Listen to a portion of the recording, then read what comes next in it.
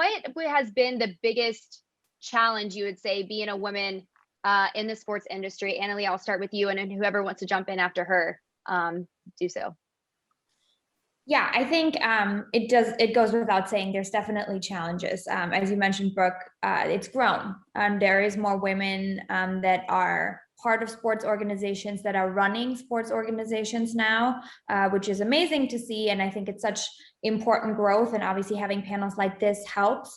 There are challenges, no doubt. And I think every single woman on this call has experienced it in some way, shape, or form. I've been pretty lucky in my career to have really great mentors and people that, you know, were allies and cheered me on along the way, but that doesn't go without challenges either. I think as women, no matter what, especially in sports, you have to almost be the most prepared person in the room, because people look to you and are, you know, looking at like, why are you here? What is the intention? And those are the questions that you sometimes get, and sometimes, you know, verbally outspoken right away, and other times just kind of you can feel it in the air.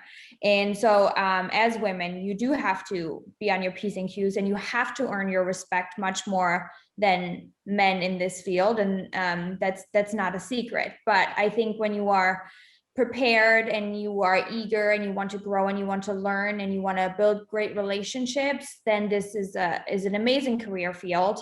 It just, you know, takes a little bit of extra oomph at the end of it to get through it, because there are hurdles along the way, and there are times that aren't great, but the great times do outweigh that most of the time.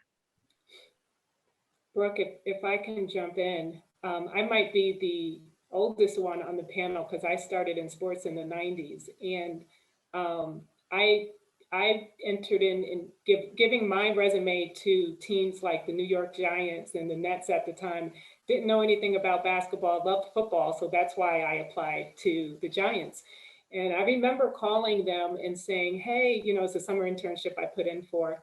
You know, I sent my resume in and just wanting to know the status, and they were like, oh yeah, we don't hire female interns for the summer because and I'm like, now mind you, I was a fan, so my heart was broken, and I didn't know what to say. You can't say that to me today. Like, I had the moxie, like, I'm not going to take that crap. But I remember getting a call from the New Jersey Nets, and they their summer internship class had about 6 guys and 2 women, me and another young lady.